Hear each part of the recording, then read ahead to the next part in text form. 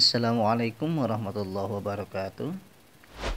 Teman-teman, video kali ini kita memasuki pembahasan dari hadis pertama dalam Arba'in An-Nawawi. Hadis pertama ini membahas tentang amalan bergantung pada niat. Bismillahirrahmanirrahim. An Amiril Mu'minin Abi Hafiz Umar bin Khattab radhiyallahu anhu qala Sami'tu Rasulullah sallallahu alaihi wasallam yaqul Innamal a'malu binniyat wa innamal likulli imri'in ma nawa faman kanat hijratuhu ila Allah wa rasulihi fa hijratuhu ila Allah wa rasulihi wa man kanat hijratuhu lidunya yusibuha aw imra'atin yankihuha fa hijratuhu ila ma hajara ilaih. Dari Amirul Mukminin Abi Hafiz Umar ibnu Khattab radhiyallahu anhu, dia berkata, saya mendengar Rasulullah sallallahu alaihi wasallam bersabda, sesungguhnya setiap perbuatan tergantung niatnya, dan sesungguhnya setiap orang akan dibalas berdasarkan apa yang dia niatkan. Siapa yang hijrahnya karena ingin mendapatkan keridhaan Allah dan Rasul-Nya, maka hijrahnya kepada keridhaan Allah dan Rasul-Nya.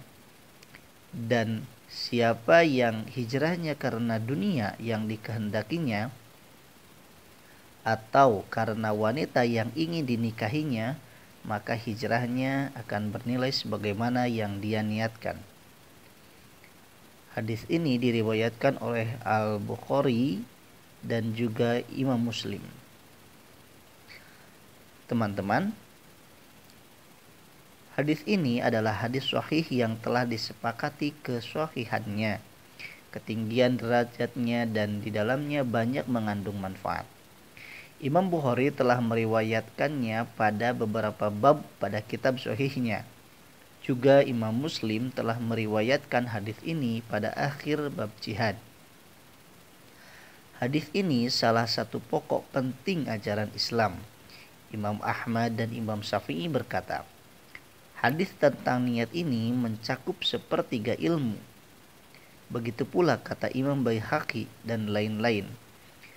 Hal itu karena perbuatan manusia terdiri dari niat di dalam hati, ucapan, dan tindakan. Sedangkan niat merupakan salah satu dari tiga bagian itu. Diriwayatkan dari Imam Syafi'i, hadis ini mencakup 70 bab fikih. Sejumlah ulama mengatakan hadis ini mencakup sepertiga ajaran Islam. Hadis ini dibanding hadis-hadis yang lain adalah hadis yang sangat terkenal. Tetapi dilihat dari sumber sanadnya, hadis ini adalah hadis ahad karena hanya diriwayatkan oleh Umar ibnu Khattab dari Nabi Shallallahu alaihi wasallam. Dari Umar hanya diriwayatkan oleh Alqamah bin Abi Waqqas. Kemudian hanya diriwayatkan oleh Muhammad bin Ibrahim At-Taimi. Dan selanjutnya hanya diriwayatkan oleh Yahya bin Sa'id Al-Ansari. Kemudian barulah menjadi terkenal pada perawi selanjutnya. Lebih dari 200 orang rawi yang meriwayatkan dari Yahya bin Sa'id, dan kebanyakan mereka adalah para imam. Pertama, kata innama bermakna hanya atau pengecualian, yaitu menetapkan sesuatu yang disebut dan mengingkari selain yang disebut itu. Kata hanya tersebut terkadang dimaksudkan sebagai pengecualian secara mutlak dan terkadang dimaksudkan sebagai pengecualian yang terbatas. Untuk membedakan antara dua pengertian ini dapat diketahui dari susunan kalimatnya. Misalnya kalimat pada firman Allah dalam surat Ar-Ra'd ayat 7, innama anta munzirun. Engkau Muhammad hanyalah seorang penyampai ancaman.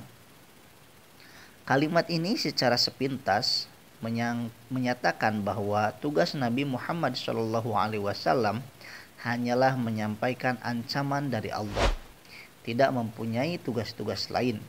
Padahal sebenarnya beliau mempunyai banyak sekali tugas, seperti menyampaikan kabar gembira dan lain sebagainya. Begitu juga kalimat pada firman Allah dalam surat Muhammad ayat 36, innamal hayatud dunya la'ibun walahwun.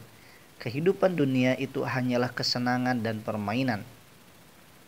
Kalimat ini, wallahu a'lam, menunjukkan pembatasan berkenaan dengan akibat atau dampaknya. Apabila dikaitkan dengan hakikat kehidupan dunia, maka kehidupan dapat menjadi wahana berbuat kebaikan. Dengan demikian, apabila disebutkan kata hanya dalam satu kalimat, hendaklah diperhatikan betul pengertian yang dimaksudkan.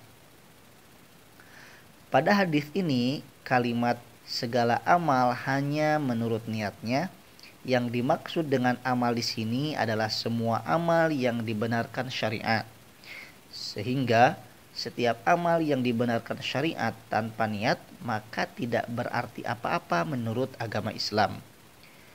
Tentang sabda Rasulullah, semua amal itu tergantung niatnya, ada perbedaan pendapat para ulama tentang maksud kalimat tersebut.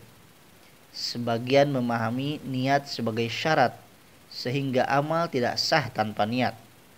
Sebagian yang lain memahami niat sebagaimana penyempurna, sehingga amal itu akan sempurna apabila ada niat. Kedua, kalimat dan setiap orang hanya mendapatkan sesuai niatnya. Oleh Khattabi dijelaskan bahwa kalimat ini menunjukkan pengertian yang berbeda dari sebelumnya, yaitu menegaskan sah tidaknya amal bergantung pada niatnya. Juga Syekh Muhyiddin An-Nawawi menerangkan bahwa niat menjadi syarat sahnya amal, sehingga seseorang yang mengqadha sholat tanpa niat maka tidak sah sholatnya. Wallahu a'lam.